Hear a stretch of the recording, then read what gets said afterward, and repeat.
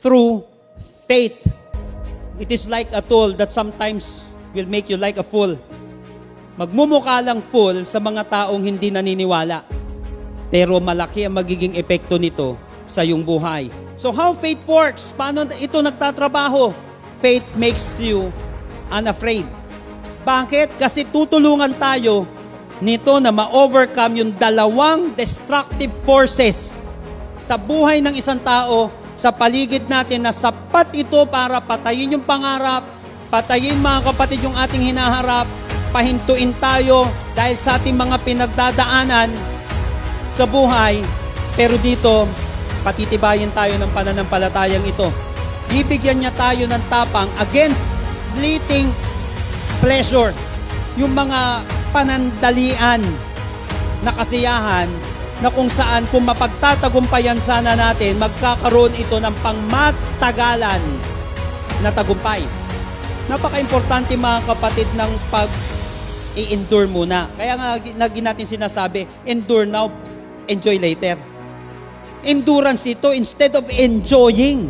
Hindi lahat may tapang na i-give up yung mga temporary na pleasure. It takes courage pala. Ingat sa mga temporary pleasure na ang epekto ay permanent regret.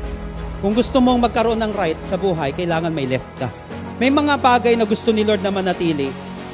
Marami kang hindi mararating na tama dahil natatakot kang iwan ang mali.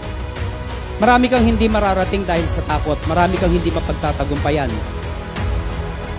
dahil hindi mo iniwan yung mga bagay na magpapabagsak sa iyo. Pag ikaw ay nanampalataya, alam mo, kaya mo. Pangalawa, courage against fearful person.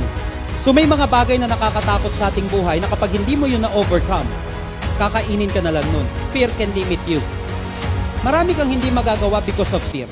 At andaan natin mga kapatid, yung pangarap mo ay nasa likod lamang ng mga takot mo. Paano mo mararating ngayon yun? Natatakot ka. Napansin mo ang takot? Napaka-powerful niya.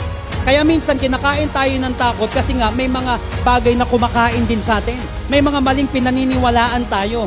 At sa pamamagitan ng pananampalataya, magkakaroon tayo ng tapang para mga kapatid mapagtagumpayan itong mga fearful na situations na ito.